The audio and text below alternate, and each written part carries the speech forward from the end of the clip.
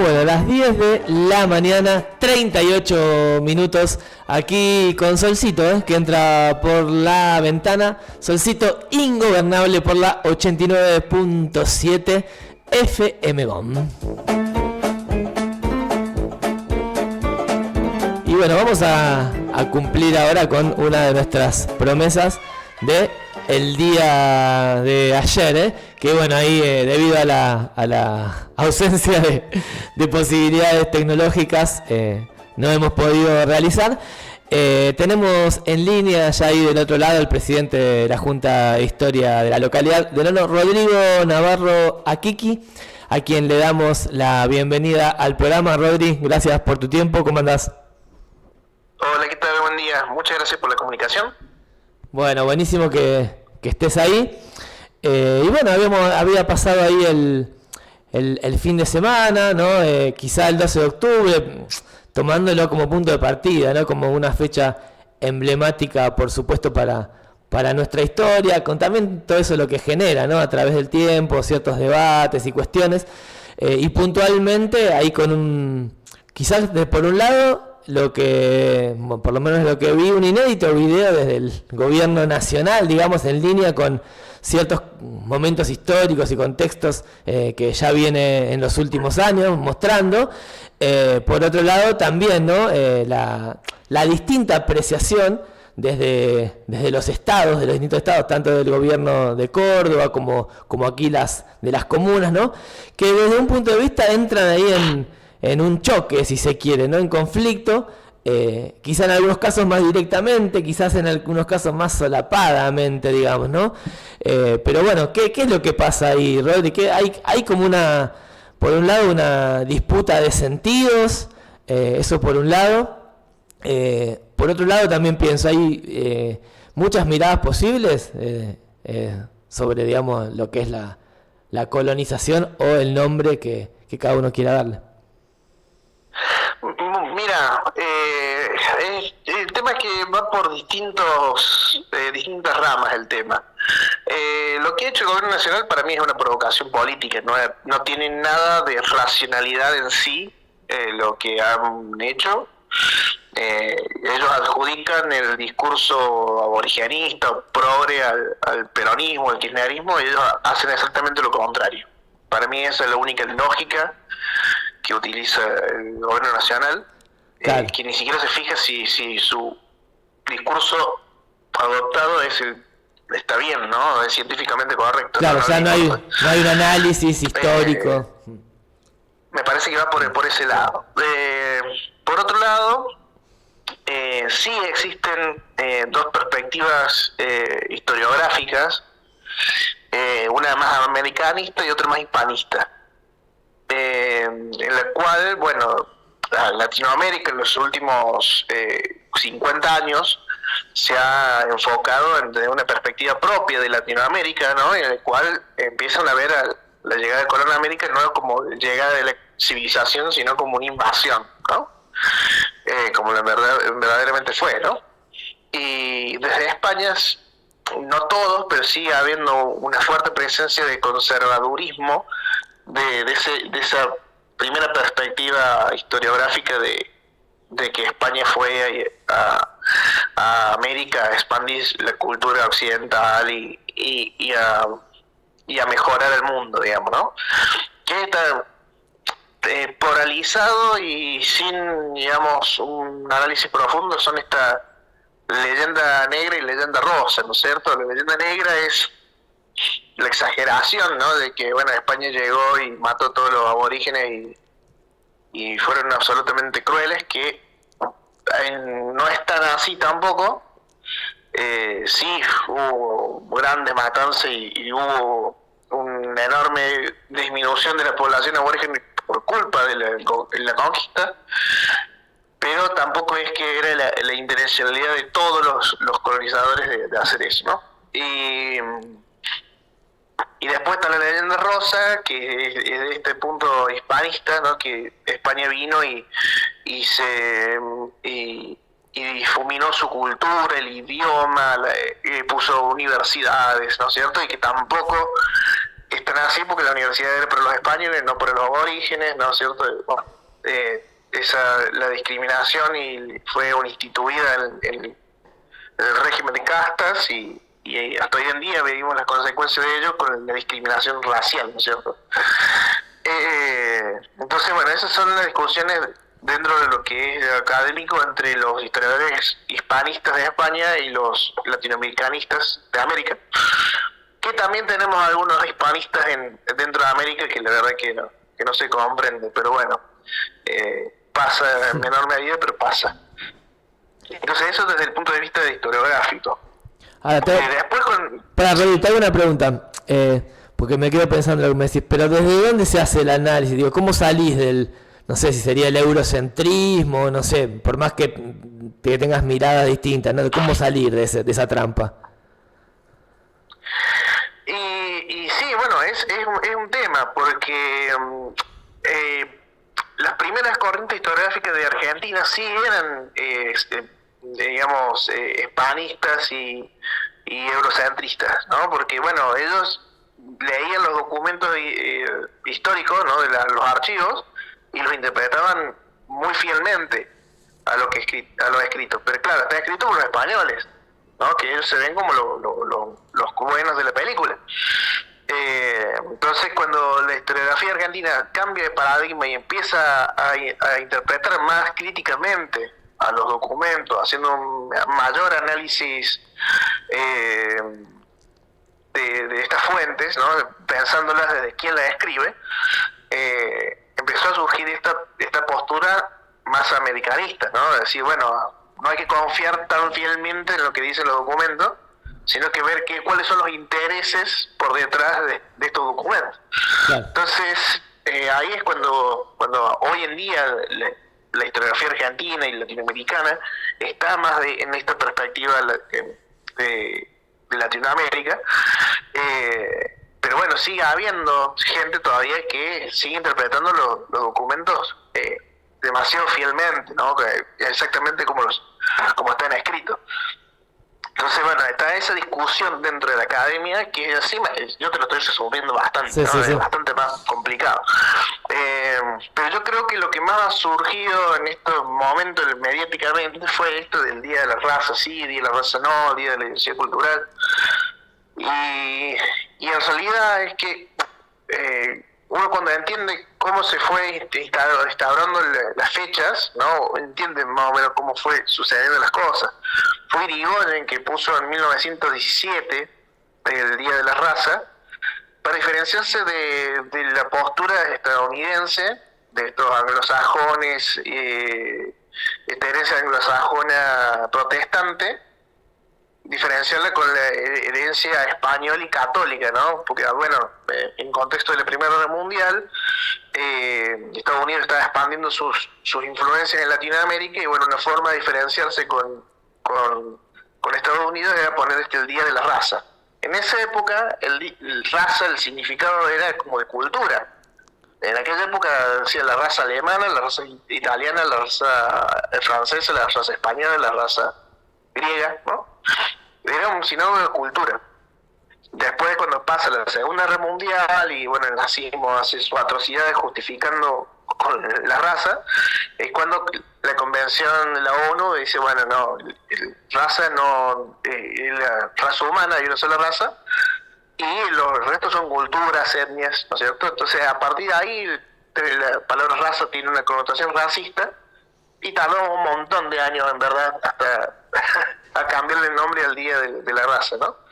Ya en el 1992 los pueblos originarios de Latinoamérica empezaron a reorganizarse, empezaron a reclamar por cambiar el nombre o eliminar la fecha del 12 de octubre, y todo el continente fue cambiando el nombre, no solamente Argentina en el 2010, ¿sí? Sino que, bueno, en Venezuela le pusieron el Día de la Resistencia Aborigen, en México el Día de la Multiculturalidad, en Chile el Día del Encuentro de los Mundos, bueno, le fueron cambiando el nombre a algo más culturalista que ese término que ya está muy desfasado, ya tiene otro sentido para la raza.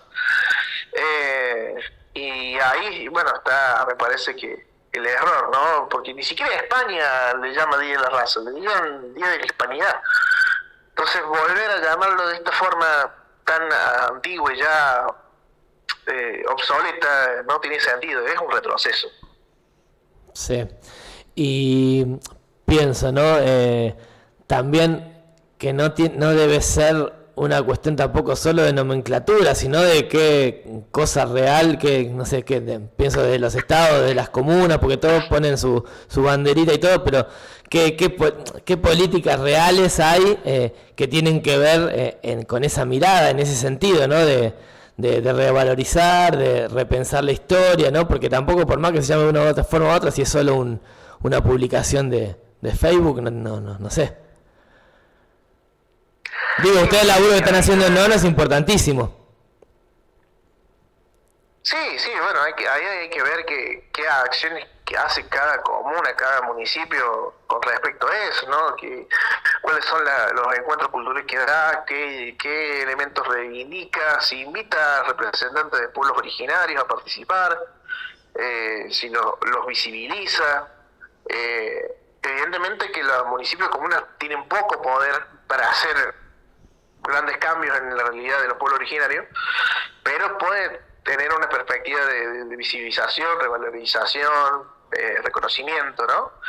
Yo creo que ahí ya depende más del Estado Nacional, que tiene que tener políticas más fuertes para cambiar la realidad que viven muchos pueblos originarios, que la verdad están padeciendo situaciones muy complicadas. Bueno, este gobierno nacional no ayuda en absoluto porque ha eliminado muchas entidades de registro, o sea, de pueblos originarios y de entidades que los asisten. Y yo, por ejemplo, también vivo muy cerca una prima de Jujuy que hoy en día están luchando comunidades con respecto a la expansión de terratenientes en búsqueda de litio, ¿no? Y que, bueno, estas tierras son heredadas de tatarabuelos y tatarabuelos que no se han hecho los papeles en su momento porque los trámites de escrituración y subdivisión eran más caros que los terrenos en sí, y hoy en día son verdaderamente un problema para el reconocimiento de la propiedad y bueno, se utiliza mucho la ancestralidad de la propiedad para sostener este reclamo, ¿no? Pero hay muchas problemáticas que vienen de eso, incluso hay casos de comunidades aborígenes que tenían un reconocimiento de tierras de la época colonial y que el Estado Nacional nunca reconoció. Y así hay un montón de casos particulares en esta parte del país que bueno, son de destacar, ¿no? O sea, en ese sentido hay una continuidad.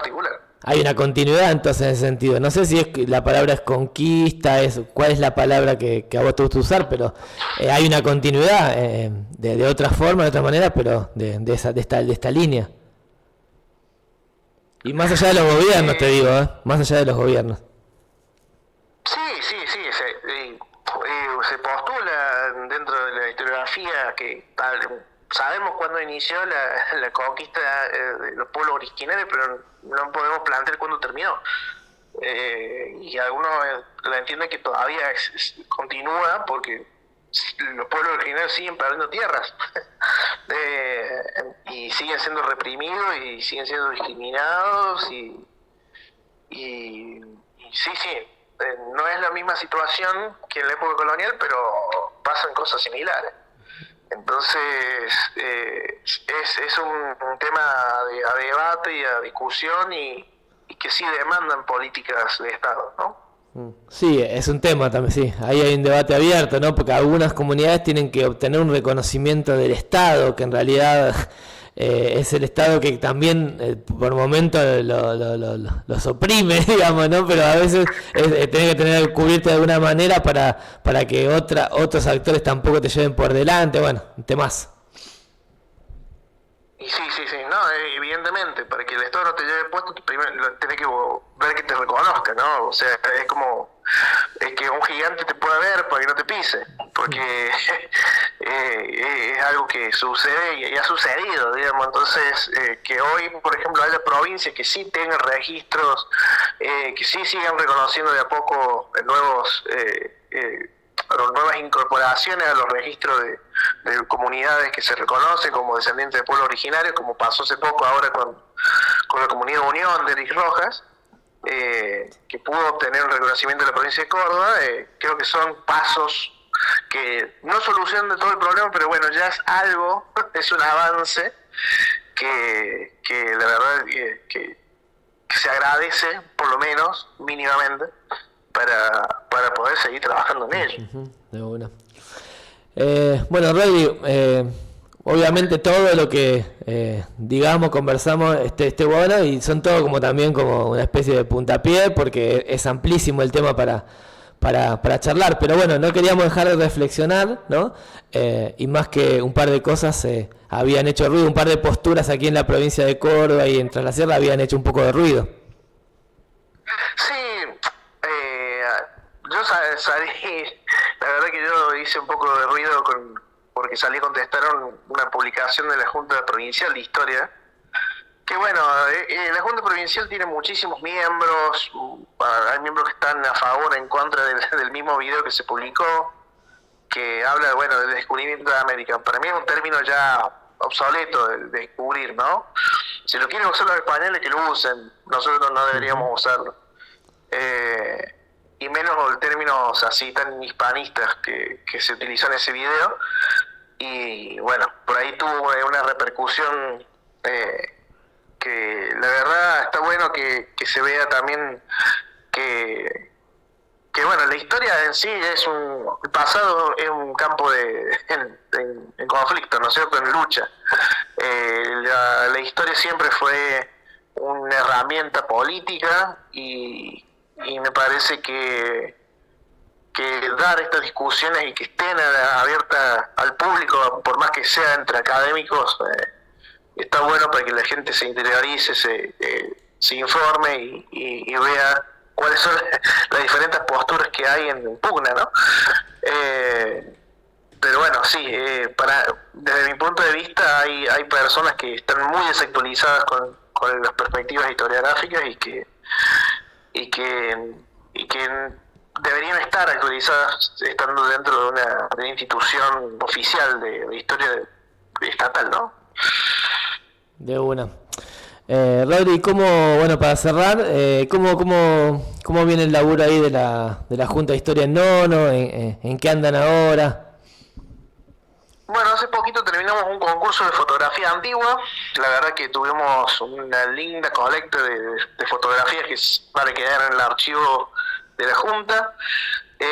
Vamos a exponer algunas fotos de ellas en el 31 de octubre, que va a ser el acto del Día del Pueblo, ya que el 26 de octubre son las elecciones. Ahí va. Lo vamos a hacer el 31. Va a haber un acto protocolar todo ese día. También va a haber una presentación de un libro de una historiadora, de una archivista llamada Raquel Maggi. Y bueno, también este 17 de octubre, también uno de nuestros miembros y miembros también de la Junta Provincial va a estar exponiendo en Nono, en la Escuela de Ordenamiento Territorial, temas sobre, bueno, los ríos, ¿no es cierto?, y la historia de los ríos de Nono. También vamos a estar presentes ahí. Y también estamos organizando para noviembre traer un curso de capacitación docente con puntaje docente sobre historia de Córdoba, ¿no? Entonces eso todavía lo estamos gestionando y para mediados de noviembre. Así que bueno, ya estaremos publicando cuando se largue ese curso que acredita en 40 horas, algo muy importante para quienes están juntando puntaje docente, ¿no es cierto? Y también la temática que a nosotros nos interesa un montón, ¿no? Así que, bueno, invito a todos aquellos que estén interesados que sigan al Instagram de la Junta Municipal de Historia de Nono o al Facebook de la Junta Municipal de Historia de Nono, y ahí vamos a estar publicando todas las novedades. Dale, espectacular. Escucha, Rodri, antes que te vaya, acá hay una consulta de un oyente, Guillermo, si querés ahí dar tu apreciación. Dice, sobre la raza, ¿podría preguntar al entrevistado qué opina cuando Sarmiento dijo no ahorren sangre de los gauchos? Bueno, Sarmiento es un personaje muy controvertido, la verdad que yo, citándolo a Felipe Piña, tanto los que lo detestan profundamente como los que lo aman profundamente tienen en común que no lo han leído. Me parece que es un personaje muy particular y muy contradictorio en sí mismo también en muchas cosas. Que sí, en su momento dijo eso en medio de una guerra civil, y que bueno, evidentemente no estoy a favor de ello. De hecho, nunca estuve en concordancia con esa perspectiva, ¿no? Porque el gaucho era el campesinado más común de todo el país en ese momento. Era la clase popular, la clase campesina. Ese era el gaucho. Y que bueno, evidentemente estaba en armas en una guerra civil en contra de las imposiciones centralistas de Buenos Aires. Entonces, sí, evidentemente también en esa época la ciencia avalaba cuestiones de raza, ¿no es cierto? Estaba el darwinismo social, y era lo que ascribía Sarmiento, que era un académico, ¿no? La ciencia en esa época también era igual de racista que Europa. Entonces, si uno comprendiendo el contexto sabe de dónde vienen estas palabras, pero evidentemente que hoy en día no podemos suscribir a ellos. Ahí va. Rodri, muchas gracias ahí por la comunicación. Y bueno, seguimos en contacto, por supuesto, ahí para cuando se haga el evento y todo eso. Bueno, te agradezco un montón, muchas gracias. Abrazo grande.